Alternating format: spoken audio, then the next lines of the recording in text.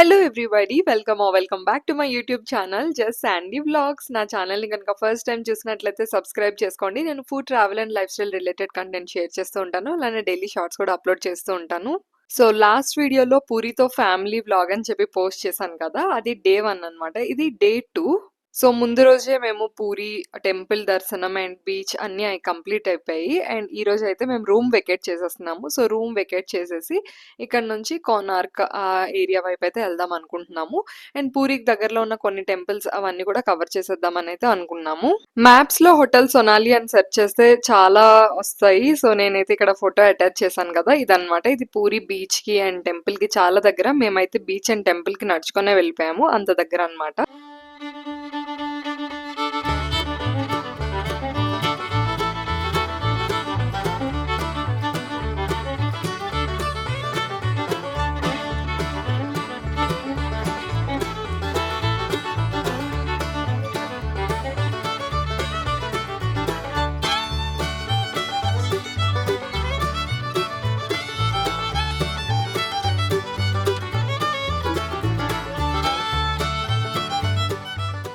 So, మొత్తం luggage అంతా తీసుకొని చెక్‌ఔట్ చేసేసైతే మేము నరేంద్ర పుష్కరిణి అనే ప్లేస్‌కి బయలుదేరాము. ఇది లేక్ టెంపుల్ అనమాట. సో, లేక్ మధ్యలో టెంపుల్ ఉంటుంది. ఇది పూరి టెంపుల్‌కి 1.5 కిలోమీటర్స్ దగ్గరలో ఉంటుంది. ఈ ప్లేస్ ఎర్లీ మార్నింగ్ చాలా చాలా బ్యూటిఫుల్‌గా ఉంది. సో, లేక్ నిండా ఫిష్‌తో అండ్ సన్ రేస్ పడుతూ చాలా అనిపించింది. సో, అక్కడ దర్శనం అయితే ఫస్ట్ కంప్లీట్ చేసేసుకొని ఇంకా కాసేపు అయితే అక్కడ టైమ్ స్పెండ్ చేశాము. సో, ఇక్కడ పుష్కరిణిలో చాలా మంది స్నానాలు అవన్నీ చేస్తున్నారనమాట. అండ్ టెంపుల్ కొంచెం చిన్నదైనప్పటికీ కూడా లేక్ వ్యూ అంతా కూడా చాలా అమేజింగ్‌గా ఉంది. అండ్ ఇక్కడ చేపలకి చాలా మంది ఫుడ్ కూడా వేస్తున్నారు. అండ్ దూరంగా మనకి గోపురం ఇవన్నీ కూడా చిన్న చిన్నగా కనిపిస్తూ ఉంటాయి. చాలా పీస్‌ఫుల్‌గా అనిపించింది. అండ్ ఎర్లీ మార్నింగ్ క్రౌడ్ కూడా చాలా తక్కువ మంది ఉన్నారు. సో, అక్కడి నుండయితే మేము బయలుదేరిపోయాము. అండ్ బ్రేక్‌ఫాస్ట్ వచ్చేసి ఇలా బీచ్ సైడ్‌లోనే ఉంటాయి కదా! లైక్ స్టాల్స్ లాగా ఉంటాయి. మేము అక్కడే తినేసాము. అండ్ బీచ్ దగ్గర మాకు పార్కింగ్‌కి అస్సలు స్పేస్ లేదు. అండ్ నెక్స్ట్ మేము డైరెక్ట్‌గా కోనార్క్ వెళ్ళిపోదాం అనుకున్నాము. సో, కోనార్క్ అంటే ఒక 35, 40 కిలోమీటర్స్ ఉంటుంది. అండ్ మధ్యలో ఎక్కడైనా బ్రేక్‌ఫాస్ట్‌కి ఖాళీ ఉండదేమో అని చెప్పేసి మేము బీచ్ దగ్గరే బ్రేక్‌ఫాస్ట్ అయితే ఫినిష్ చేసేసాము. ఫినిష్ చేసేసి మా నెక్స్ట్ డెస్టినేషన్‌కి అయితే స్టార్ట్ అయిపోయాము. సో, మా నెక్స్ట్ డెస్టినేషన్ వచ్చేసి ఓంకారేశ్వర్ టెంపుల్. ఇది 25 మినిట్స్ ఒక 8 కిలోమీటర్స్ ఉంటుంది పూరి టెంపుల్ నుంచి అలా. సో, ఒక 25 మినిట్స్ డ్రైవ్ తర్వాత మేము ఈ టెంపుల్‌కి వచ్చాము. ఈ టెంపుల్‌లో క్రౌడ్ అస్సలు లేదు. ఎంత పీస్‌ఫుల్‌గా అనిపించిందో. అండ్ ఈ టెంపుల్‌లో బెస్ట్ పార్ట్ ఏంటంటే పక్షులన్నిటిని కూడా ఉంచారు. చాలా చాలా డిఫరెంట్ డిఫరెంట్ కలర్ బర్డ్స్ ఉన్నాయి. అండ్ బర్డ్స్ చర్పింగ్‌తో చాలా పీస్‌ఫుల్‌గా అనిపిస్తుంది. ప్యారెట్స్, పీజియన్స్, పాలపిట్టలతో అయితే అసలు ఫుల్ సౌండ్ దద్దరిల్లిపోతుంది.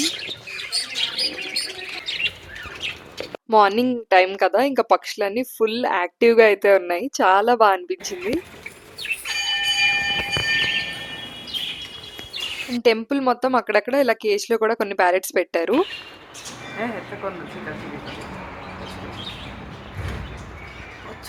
ఇది యాక్చువల్లీ శివాలయం అనమాట. కానీ మనకి రాముల వారి విగ్రహం, నెక్స్ట్ ఆంజనేయ స్వామి, వినాయకుడు, దుర్గాదేవి అన్ని టెంపుల్స్ కూడా ఒకే ప్లేస్‌లో ఉండేటట్టు అరేంజ్ చేసుకున్నారు.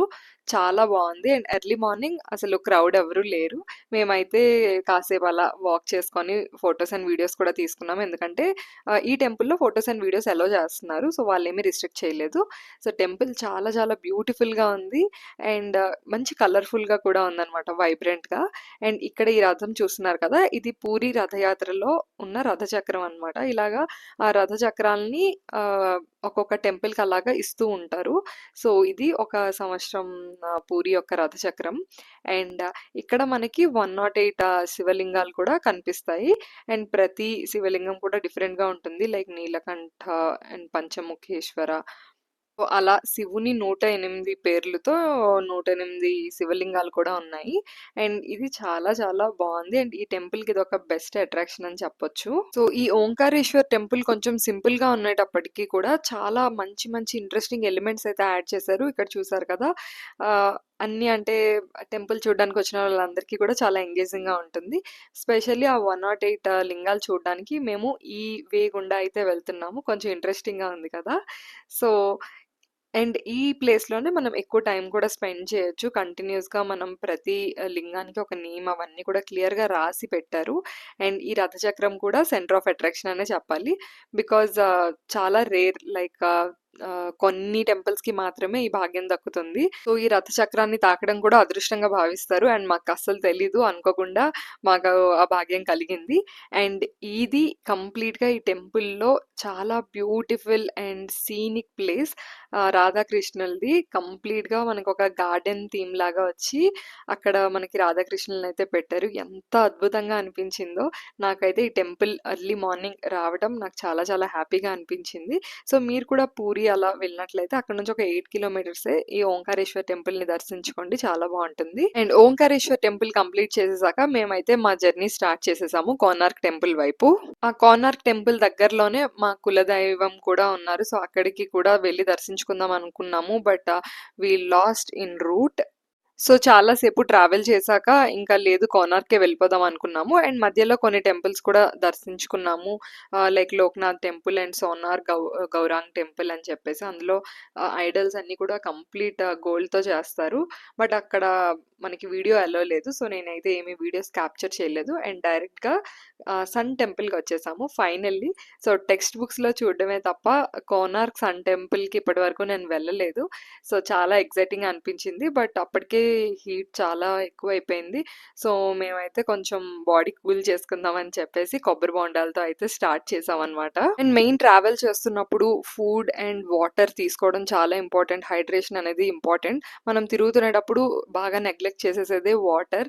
సో, అది డీహైడ్రేట్ అయిపోయి బాడీని చాలా వీక్ చేసేస్తుంది. సో, ఎక్కడికెళ్ళినా సరే ఇలా కొంచెం లెమన్ వాటర్ కానీ, లెమన్ సోడా కానీ, లేకపోతే ఇలా కోకోనట్ వాటర్ కానీ అలా తీసుకోవడం కొంచెం బెటర్. మన బాడీని మనం అర్థం చేసుకోవాలనమాట. కంటిన్యూయస్‌గా మనం ట్రావెల్ చేస్తూ ఉంటే we will be like dead tired and మనకి ట్రావెలింగ్‌లో అసలు ఇంట్రెస్టే ఉండదు. అండ్ ఈ కోనార్క్ టెంపుల్ బయట ఫుల్ మార్కెట్ అనమాట. మొత్తం మార్కెట్ ఏరియాయే. లైక్ ఒక జాతరలో, మేళాలో ఎలా అయితే స్టాల్స్ ఉంటాయో కంటిన్యూయస్‌గా ఇంకా అలానే అనమాట. డెకోర్ ఐటెమ్స్ నుంచి, హ్యాండ్ బ్యాగ్స్ నుంచి, ఫుడ్ కానీ అన్నీ ప్రతీదీ ఒడిస్సాకి సంబంధించిన ఫేమస్ ఐటెమ్స్ అన్నీ కూడా ఇక్కడ సేల్ చేస్తున్నారు. అండ్ మనకు ఆ మార్కెట్ ఏరియా నుండే కోనార్క్ టెంపుల్ అయితే కనిపించేస్తుంది. అండ్ ఇక్కడ ఫుల్ చెకింగ్ అవన్నీ ఉంటాయి. సో, అన్నీ కంప్లీట్ అయిపోయాకైతే టికెట్ తీసుకొని మనం టెంపుల్ లోపలికి ఎంటర్ అయిపోవచ్చు. మీలో ఎంతమంది కోనార్క్ సన్ టెంపుల్ వెళ్లారో కామెంట్ చేయండి. నేనైతే ఫస్ట్ టైమ్ వచ్చాను. నాకు చాలా చాలా బాగా అనిపించింది. ఎందుకంటే కోనార్క్ సన్ టెంపుల్ మనం కంటిన్యూయస్‌గా కరెన్సీ నోట్స్ మీద, నెక్స్ట్ మన టెక్స్ట్ బుక్స్ వెనక ఇట్లా చూడడమే తప్ప నేను ఫస్ట్ టైమ్ చూస్తున్నాను. అది కూడా ఒక ఒడియా అమ్మాయిగా ఒక ఒడిస్సాలో వరల్డ్ హెరిటేజ్ సైట్‌కి రావడం చాలా హ్యాపీగా అనిపించింది. కోనార్క్ అనేది ఒక వరల్డ్ హెరిటేజ్ సైట్‌గా ప్రకటించారనమాట.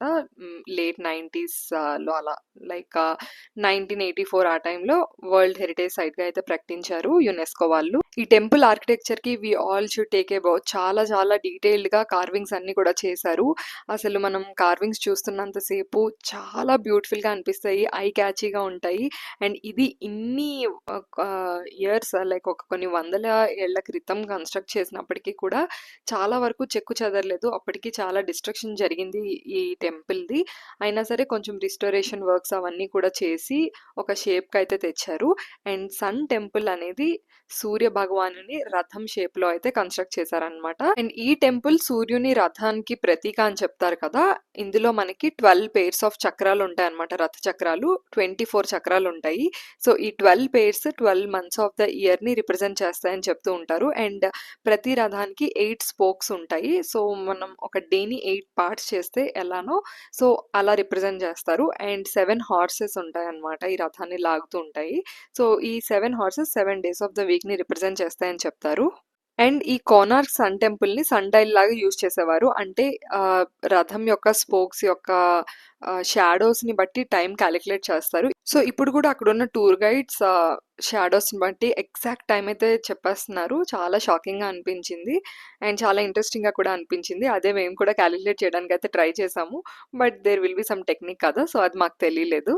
ఫైనల్లీ ఫ్యామిలీతో కోనార్క్ టూర్ అయితే అలా జరిగింది. చాలా ఇంట్రెస్టింగ్ ఫ్యాక్ట్స్ అయితే తెలుసుకున్నాము. అండ్ చాలా ఇంట్రెస్టింగ్ స్టోరీస్ కూడా తెలుసుకున్నాము. అసలు ఎలా డిస్ట్రక్ట్ చేశారు ఏంటి అవన్నీ చెప్పేసి. అండ్ మైథాలజీలో కలియుగం ఎండ్ అయినప్పుడు ఈ రథం కదులుతుంది అని కూడా రాసుందని చెప్తూ ఉంటారు. సో, అలా మా కోనార్క్ సన్ టెంపుల్ విజిట్ అయితే కంప్లీట్ అయిపోయింది. అండ్ లంచ్ కోసం వచ్చేసాము. ఆ రోజు లంచ్ కొంచెం లేట్ అయిపోయింది. But okay. ఎందుకంటే మేము ఆల్రెడీ కోకోనట్ వాటర్ అవన్నీ తీసుకున్నాం కాబట్టి. అండ్ మెయిన్ రీజన్ ఏంటంటే కొంచెం సన్నీ టైమ్‌లోనే వెళ్ళాము. సో, ఫుల్‌గా టైర్డ్ అయిపోయాము. So, we are having Odisha meals ఆ దగ్గరలోనే. And next we are heading back to Bhubaneswar. So, Bhubaneswar ఇంకా డైరెక్ట్‌గా వెళ్ళిపోదామని అయితే ప్లాన్ చేసుకున్నాము.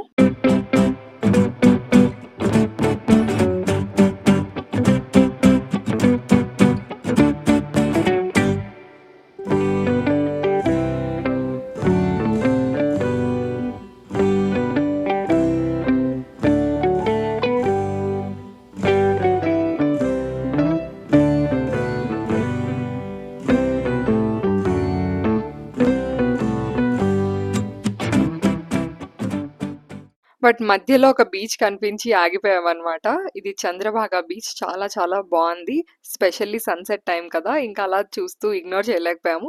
సో, బీచ్ దగ్గర కాసేపయితే ఆగి వచ్చామనమాట.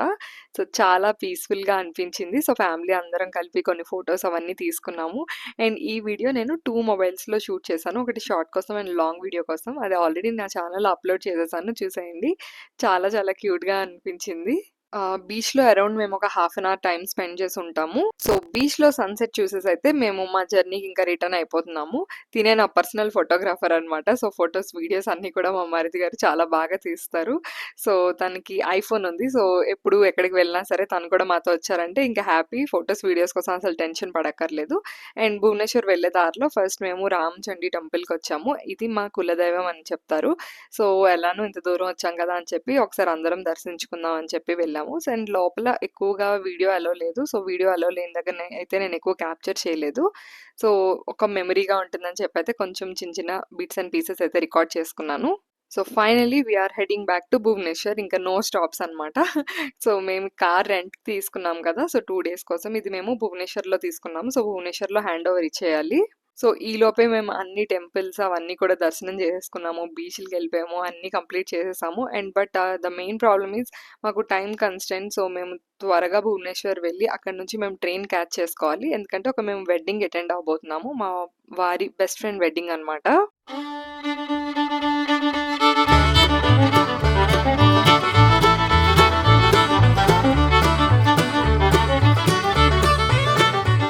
ఇక్కడే ఓ విషయం చెప్పాలి. మా వారు 15 మినిట్స్‌లో 2 పెయిర్స్ ఆఫ్ ఫుట్‌వేర్ షాప్ చేసేసారు. అది కూడా ట్రెండ్స్ ఫుట్‌వేర్‌లో. మేము డిన్నర్ కోసం అని చెప్పి ఒక హోటల్‌కొచ్చాము. She is my sister in law. So, తను భువనేశ్వర్‌లోనే చదువుతుంది. సో, తనని హాస్టల్ నుంచి పిక్ చేసుకొనైతే మేము డైరెక్ట్‌గా డిన్నర్‌కొచ్చేసాము. సో, అక్కడ కూర్చోడానికి కూడా టైం లేదు. సో, ఆర్డర్ వచ్చేలోపైతే మేము ఫుట్‌వేర్ షాప్ చేసుకొని వచ్చేసాము. అబ్బాయిల షాపింగ్ ఇలానే కదా! అదే మనం అంటే ఒక 2, 3 డేస్ అయినా సరే మనం చూజ్ చేసుకున్నది కొనుక్కోలేము. కంటిన్యూస్‌గా వేరే వేరే ఆప్షన్స్ వెతుకుతూ ఉంటాము. సెల్ఫ్ డౌట్స్ ఉంటాయి. నెక్స్ట్ అది కొనుంటే బావున్ను, ఇది కొనుంటే బావున్ను అని చెప్పైతే కంటిన్యూస్‌గా అనుకుంటాం మనం. అండ్ డిన్నర్ కోసం వచ్చిన ఈ ప్లేస్ చాలా చాలా బావుంది. రాజస్థానీ రసోయి అనమాట దీని పేరు. సో, కంప్లీట్ రాజస్థానీ థీమ్‌లో అయితే చాలా కలర్‌ఫుల్‌గా లైట్స్‌తో చాలా బావుంది. అండ్ ఇక్కడ మేము జస్ట్ ఒక పేరుకే డిన్నర్ చేయడానికొచ్చాము. మేమైతే అసలేం తినే మూడ్‌లో లేము. ఎందుకంటే we are in a hurry. So, just ఒక్కొక్క కుల్చాస్ అలా తినేసైతే ఒక్కొక్క పీస్ కుల్చా తినేసైతే మేము ఇంకా రిటర్న్ అయిపోయాము.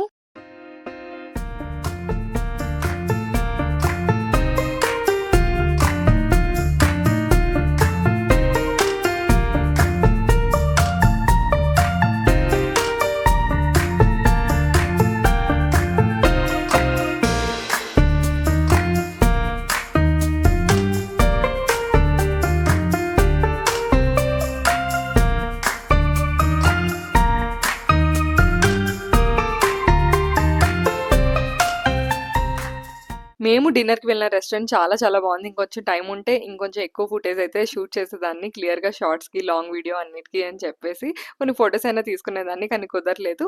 సో, అక్కడి నుంచి వచ్చేసి రైల్వే స్టేషన్‌కొచ్చేసామనమాట. సో, మా వాళ్ళందరూ మాకు సెండ్ ఆఫ్ ఇచ్చేసారు. మేమిద్దరం మాత్రమే వెడ్డింగ్ అటెండ్ అవ్వడానికి ఎళ్తున్నాము. ఫైనల్లీ మేము రావుర్కెలాలో దిగాము.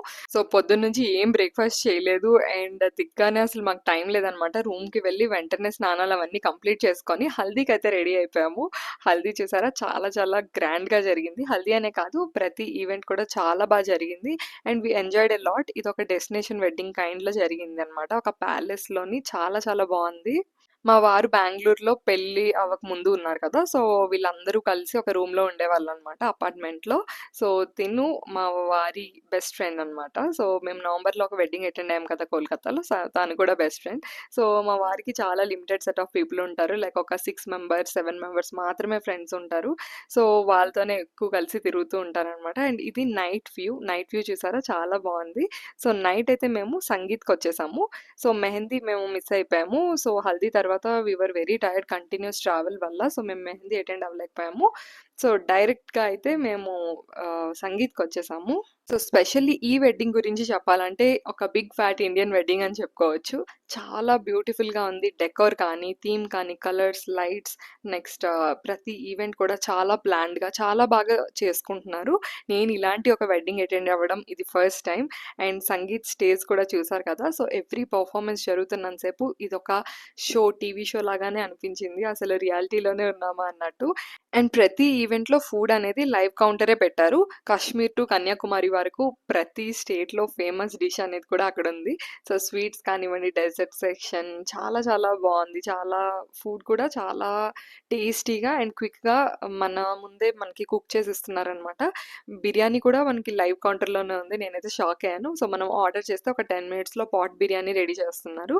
సో, ఇది సంగీత్ ఎంట్రన్స్. సో, చాలా చాలా క్యూట్‌గా, సినిమాటిక్‌గా జరిగింది ఈ మొత్తం వెడ్డింగ్ అంతా కూడాను.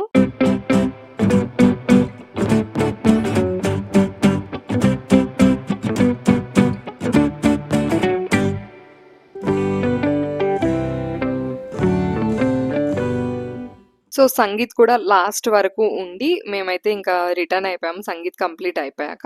And everything is in open space. And sangeet అవుతున్నప్పుడు కూడా మనకి బాన్‌ఫైర్స్ అవన్నీ పెట్టారు. బికాజ్ ఓపెన్ ఏరియాలో కదా! కంటిన్యూయస్‌గా చలి స్లోగా పెరుగుతూ ఉంటుంది అని చెప్పేసి. అండ్ ఇది next day morning. Next day morning మేము మాకు ఇచ్చిన హోటల్ రూమ్ నుంచి పెళ్ళికొడుకు ఇంటికి అయితే వెళ్ళాము. అక్కడ నుండి బరాత్ స్టార్ట్ అయింది. సో, బరాత్‌లో అయితే ఫుల్‌గా డాన్సులు చేసాము. వీడియో అయితే నేనేమి షూట్ చేయలేదు. సో, ఎవ్వరము కూడా కొంచెం కూడా ఫ్రీగా లేవు. అందరూ కంటిన్యూయస్‌గా డాన్స్ చేయడంలో బిజీ. అండ్ ఇక్కడ ఐల్ వాక్ అనమాట. సో, బ్రైడ్ ఐల్ వాక్‌తో స్టేజ్ మీదకొచ్చింది. So, it was so cinematic, so cute. చాలా అనిపించింది. ఇంకా ఎక్కువ ఫుటేజ్ నేను షూట్ చేద్దాం అనుకున్నాను. But anyway it's their personal intimate moment. So, నేనైతే దాన్ని డిస్టర్బ్ చేయాలనుకోలేదు. సో, ఫైనల్లీ వెడ్డింగ్ అయితే కంప్లీట్ అయిపోయింది. అండ్ ఫ్యామిలీతో మా ట్రిప్ కూడా. Wait for my next vlog. Stay tune to just Sandy vlogs. Bye by.